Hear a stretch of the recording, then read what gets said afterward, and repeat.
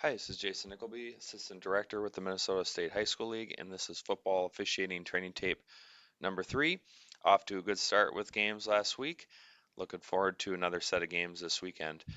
Please review the memorandums, the rules changes, take the rules quiz if you have an opportunity. I think that will help foster discussion with our crew on some rules related items this week. So, again, if we want credit for this, we should be watching this on Arbiter and not on YouTube. So make sure you do that. And again, we need to do the training tapes by October 9th to be considered for a state tournament assignment. So again, when we're looking at these plays, not picking on any one official or crew or team or player, just trying to learn from these plays and again have a great pregame discussion as a crew on how we would handle similar plays if they were to happen in our games. So with that, let's take a look at some plays.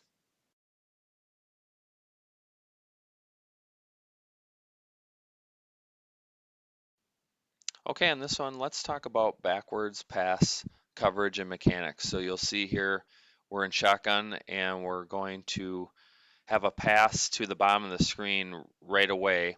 And the line of scrimmage official at the bottom of the screen, the down judge in this case, does an excellent job of indicating this is a backwards pass with a punch, lets the play develop in front of him, signals that the clock should continue to run, and officiates the players in a very calm, collected way. So this is excellent mechanics, exactly what we want to see on this. Again, we have a punch, we let the play develop in front of us, we get some depth, and then we slowly and calmly come up to the forward progress spot, no hurry, officiate the dead ball action. So this is excellent.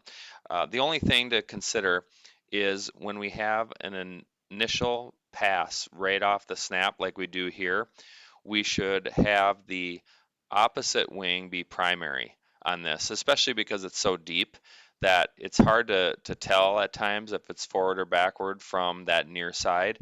Totally fine that we punched here. That's okay. Just because the other line of scrimmage official is primary doesn't mean that the other line of scrimmage official doesn't have any um, responsibility or say on it. It's just, I would say that we would defer to the official who's opposite the throw as primary when it's as quick as this one is. And then if they make their way out to the sideline and then do a pitch or backwards pass and so on, then we would defer as a primary to the covering official that is nearest the play. But overall, excellent mechanics, very calm, under control, exactly what we want to see. Well done.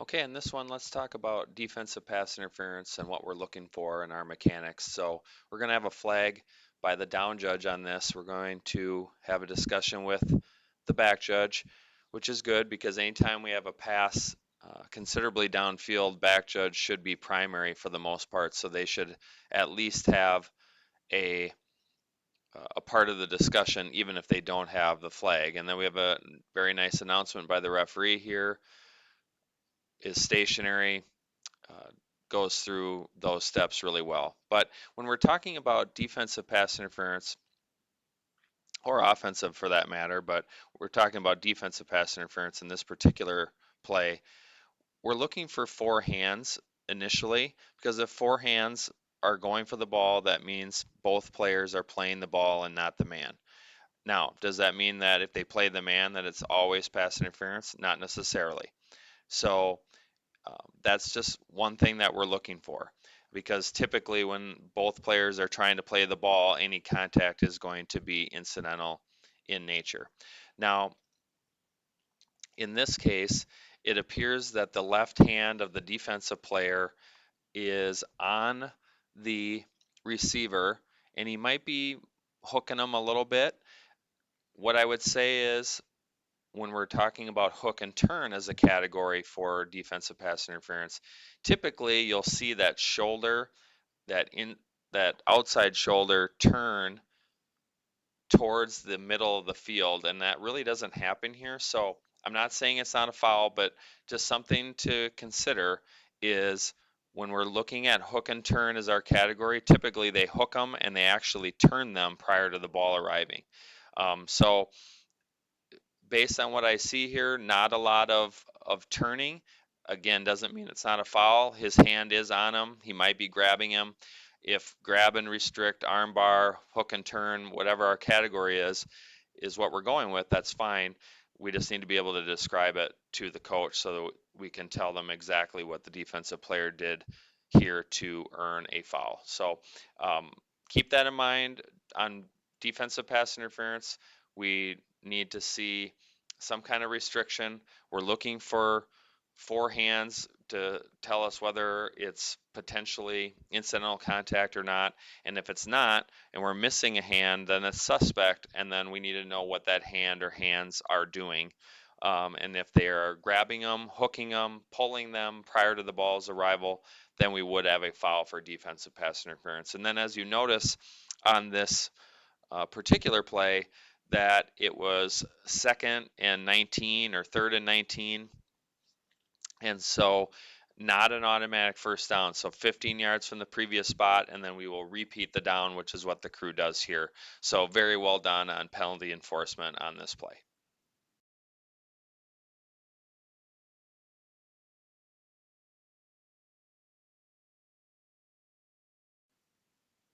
On this one, we have a pass down by the goal line, and we cover it really well. Back judges were reading pass, and we're probably have to turn our hips and go and get to the goal line and get stationary as this play is occurring, and that's where we're located. It's really tight as it relates to defensive pass interference. Remember, if we have four hands, then we're probably good. In this case, the defensive player is definitely playing the man and not the ball. And so we're going to have less leeway as it relates to early contact. Now, if they are going shoulder to shoulder, running down the field, and um, or we're trying to play the ball and the contact is bang bang with the ball's arrival, then we would not want a foul for defensive pass interference.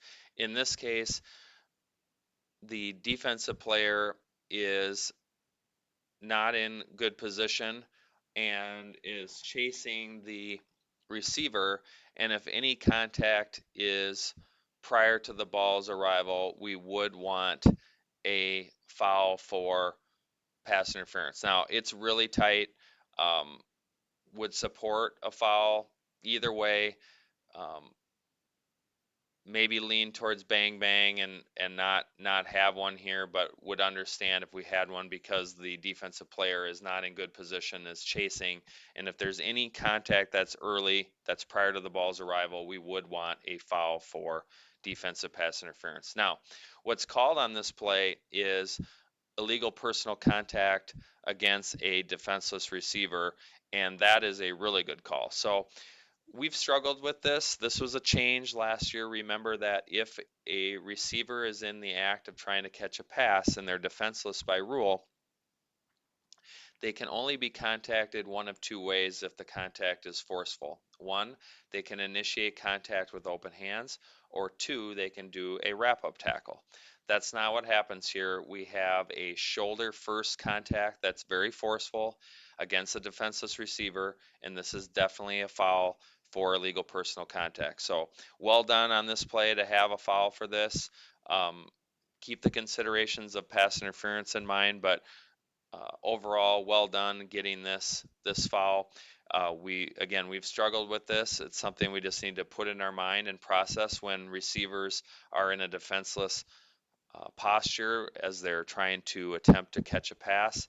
That if they are contacted forcefully and it's not with open hands initially and it's not with a wrap up tackle, that is a foul.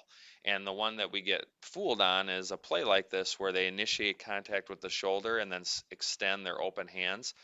And that's what happens here, and we don't get fooled and we call the foul. So keep this in mind. Well done by the crew on this play of getting this foul.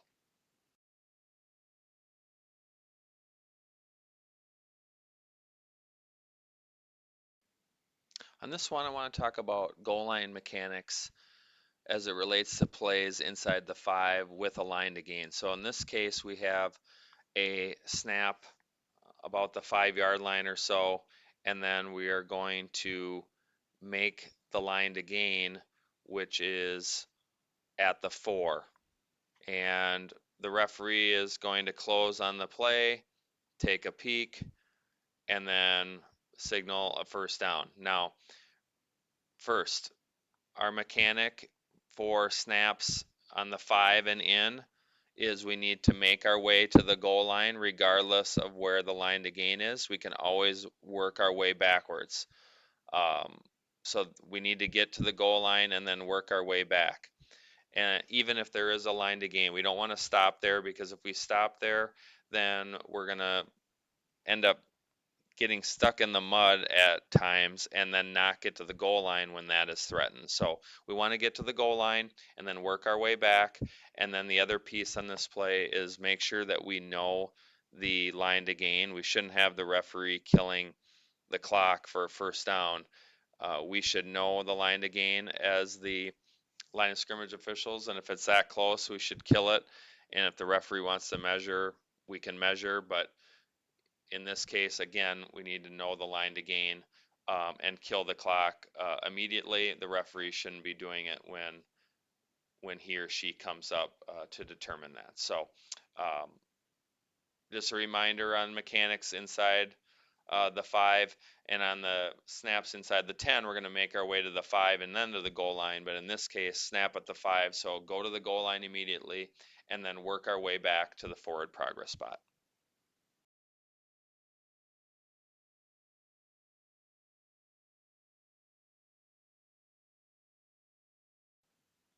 This one I want to talk about offensive holding and penalty administration. So we're going to have a hold by the left tackle at the top of the screen as this play develops out there, and we're going to have a fairly long discussion with the offended team, and referees and crews in general just know that when it's obvious fouls that they're going to take, like this one, we don't need to ask anybody. Just go ahead, flip on the mic, make your announcement, and let's get on with the penalty enforcement and administration, because um, they are going to take this one. You know, when they gain this much yardage, gain the first down, they're clearly going to take it. So we don't need to have a long discussion with the offended team. Just go ahead and flip on the mic and make the announcement. And then as it relates to the the actual foul, this is an excellent call for offensive holding. Um, Remember our criteria and our um, steps that we take in evaluating offensive holding. Point of attack, yes. Material restriction, definitely. As you see, the defender, number 34, is running sideways because of the hook and restrict by the offensive player. So that is the category. There's definitely a restriction, and it's at the point of attack. This is definitely offensive holding and one we want called.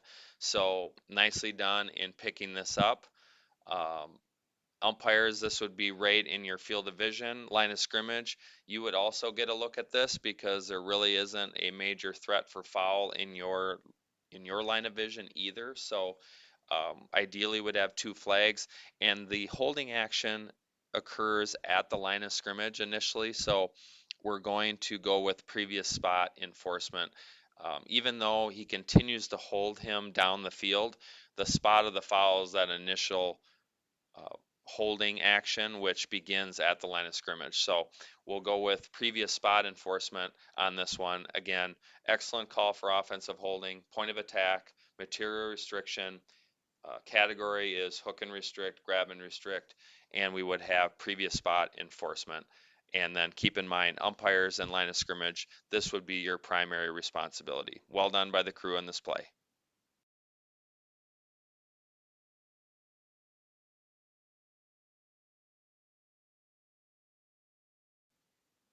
Another goal line mechanics play, you see it's first and goal, and we're going to have a run up the middle. It's pretty tight, and the line of scrimmage officials are going to mark him short, which is an excellent call. You'll see here on the the replay here that when the runner gets hit, his knee hits the ground and the ball has not quite made it to the plane of the goal line. So short of the goal line is the correct ruling here, and we do a nice job with this. We don't get fooled by double action.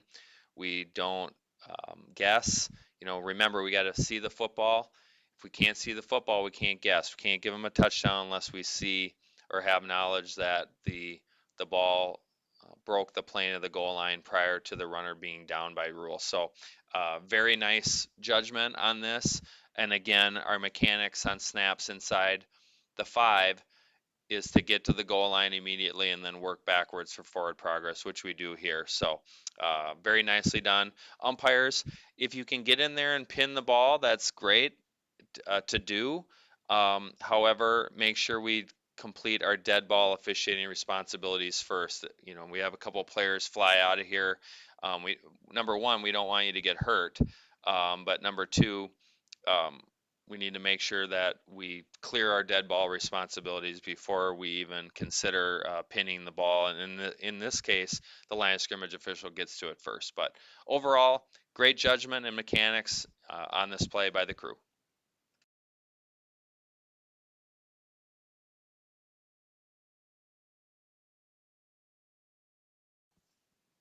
Okay, a lot going on this play. Really interesting in a lot of ways. So we have a 2-point try here. And first of all, from a mechanics positioning standpoint, if a team is in a swinging gate formation or anything other than a scrimmage kick formation where it's obvious that they're going to try to kick it or may attempt to kick, let's be in our normal scrimmage down positioning. So that means referee on the right side of the formation, umpire, we can't assume they're going to kick. You need to be in your normal positioning behind the left tackle spot of the free blocking zone. In this case, even though there's no players there, you're going to be off of the hash there. So we should be in our normal positioning. If they shift to scrimmage kick formation and it looks like a kick is going to be attempted, then that's fine.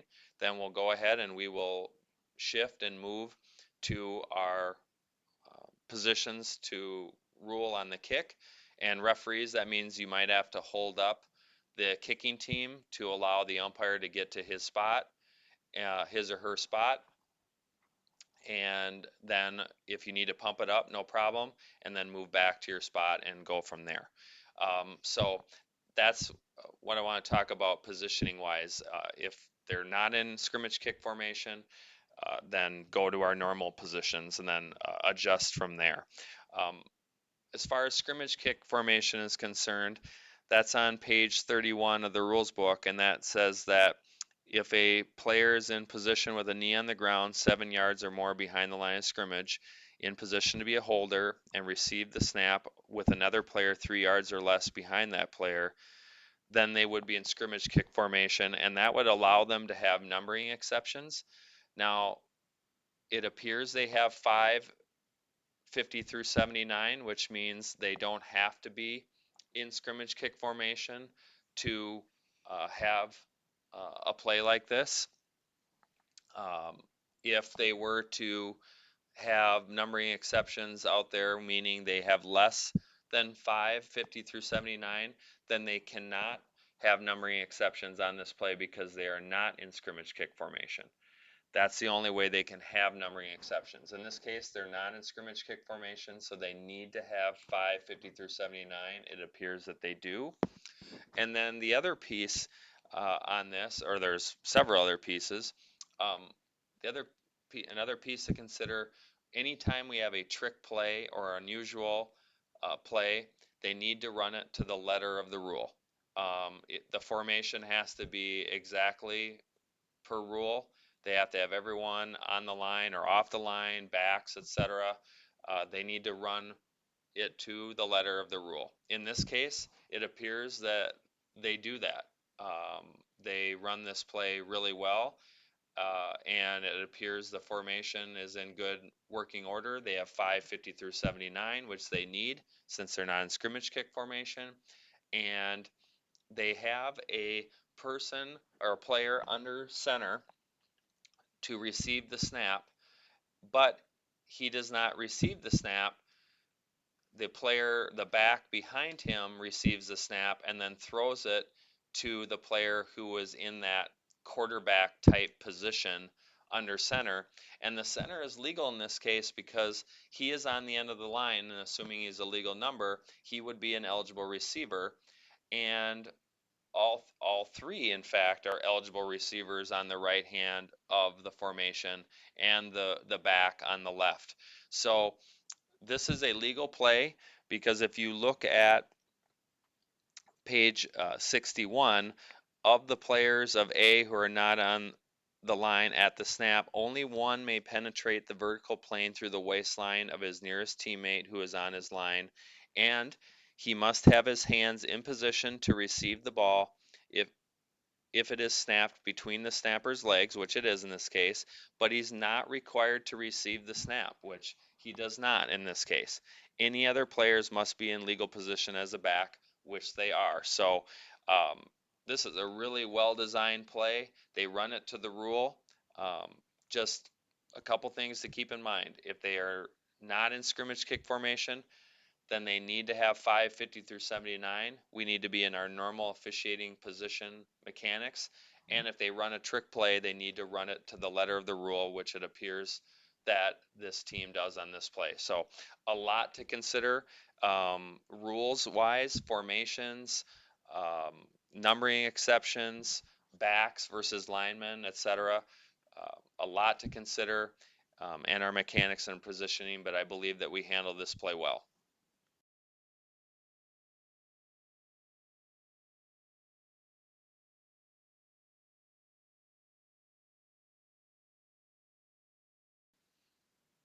Okay, some mechanics and primary responsibility pieces on this play. So 3rd and 6, and we're going to have a draw, not necessarily designed, but the quarterback's going to run up the middle. And right at the point of attack, we're going to have a pretty suspect block by the left tackle. It appears that his feet get beat and he hooks the defender who's trying to pursue the quarterback, number one, and they end up going to the ground. Um, Not the greatest look um, on these two replays, but it appears that he grabs a hold of him, doesn't let him go, and then takes him to the ground. And so by these looks, it certainly appears that this is offensive holding. Again, point of attack, yes. Material restriction appears to be a grab and restrict into a takedown, and that is the category that we would share with the coach. So, umpires, our vision needs to be on this block. We certainly need to know why this player goes to the ground, but as you see here, the defender gets into the offensive player and then tries to pull away, and he doesn't let him go, and they go to the ground. So, I would say, again, not the greatest look, but based on what I see here, it seems likely that this is an offensive hold. And then mechanically and coverage wise, um, referees, let your line of scrimmage officials tell you if the line to gain is made or if it's close. Don't come running past players to look and see if it's a first down, because we need to officiate the dead ball action first, and then we can evaluate whether a first down has been gained. So don't run past players. Let your line of scrimmage officials tell you if it's close or not. And again, we can evaluate whether it was made after we clear our dead ball responsibilities. So those are the pieces I want to point out in this play. Be aware of our key responsibilities, especially at umpire. We need to get our vision to the point of attack here and know why this player got to the ground. And then referees, make sure we clear, and all officials, make sure we clear our dead ball responsibilities before moving on to first down or ball mechanics and those types of responsibilities.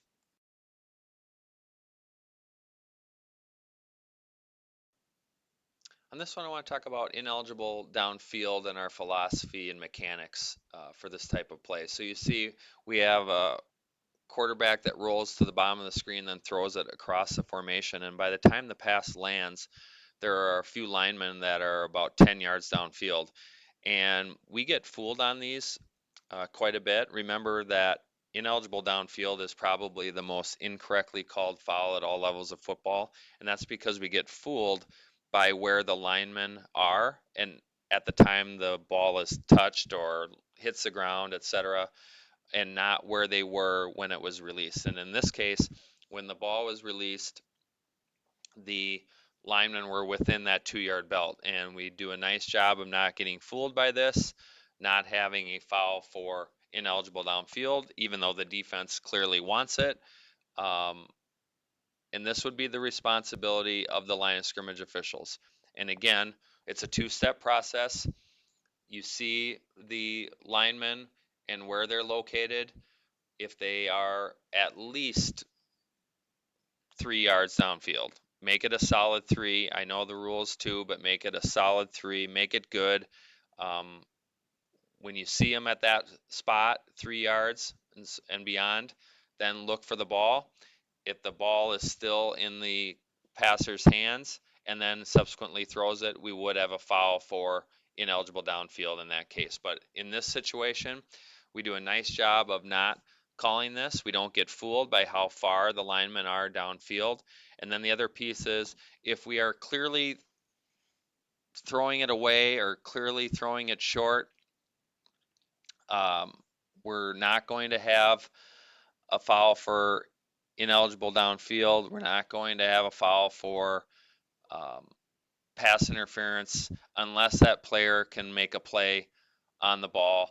And we're going to try to avoid grounding most of the time as well. And in this case, number 11 is in the area. So do a nice job of not having a foul on this play for ineligible downfield. We don't get fooled.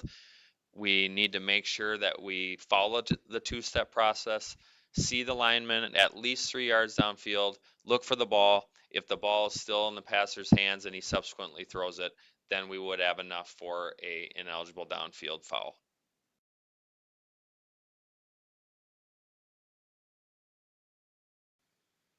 On this play, we have outstanding line of scrimmage mechanics. We have a snap at the 7. We make our way to the 5 and then continue on to the goal line and then work our way back to pick up forward progress. We come in as far as players are located, put the ball on the ground, and then let the referee make the decision, and we give them a first down. This is excellent. We also have a backwards pass, and we punch as the covering official with the play coming at us, and we pick all of this up and officiate the forward progress spot correctly and handle this well by putting the ball on the ground and allowing the referee to make the decision. So now we do give them a little bit of help, and that's totally fine. But this play is officiated excellently. This is exactly what we want. This is perfect mechanics. Making our way to the 5, then to the goal line, working our way back to pick up forward progress, putting the ball on the ground, letting the referee to make the decision, and then moving forward. So awesome job by the down judge on this play. Exactly what we want to see on red zone mechanics.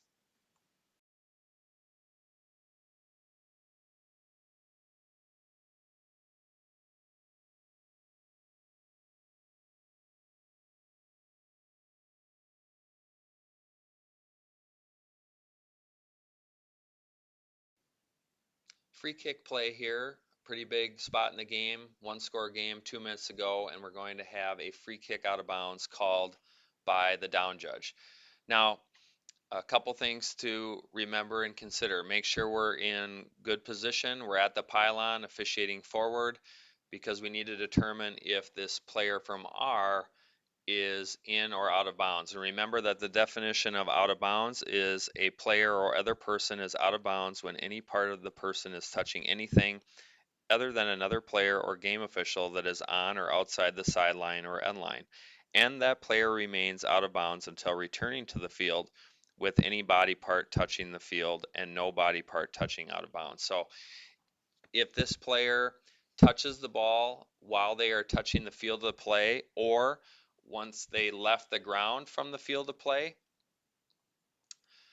that would be touching the ball inbounds, and this would not be a free kick out of bounds because it would be touched by R prior to it going out of bounds.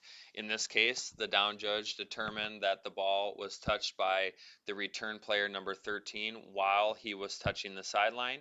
In that case, we have a free kick out of bounds, and remember all of the options.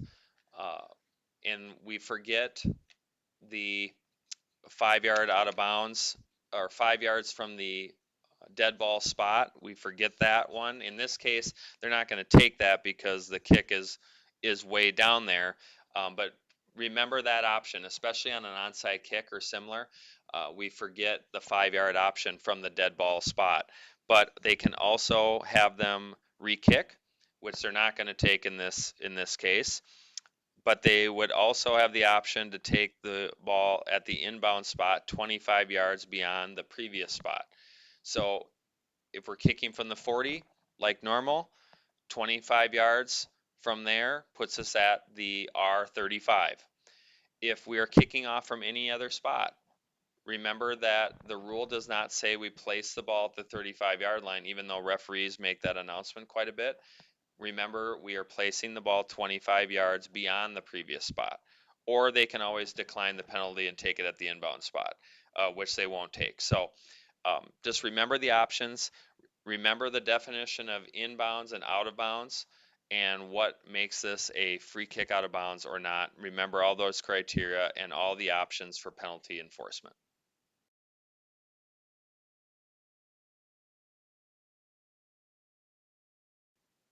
On this last play, also a free kick play and also a really tight play with regards to a free kick out of bounds and whether or not this player touches the ball in the field of play or not. The line judge in this case determines that the player touched it while standing on the sideline.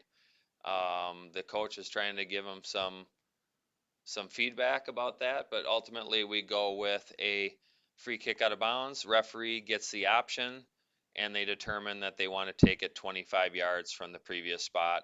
And remember, they need to have it on that inbound spot, which would be the left hash in this case. They can't move it to another hash as well. But you see, really tight. We're in outstanding position. We come off the pylon to observe the sideline, and we determine that he is touching the white at the time that he gets this ball touched. So outstanding mechanics and positioning, very decisive ruling. Just remember, like the last play, the criteria for in and out of bounds and then all of the penalty enforcement options. But overall, this play officiated very well uh, mechanically and rules knowledge and communication. Well done by the crew.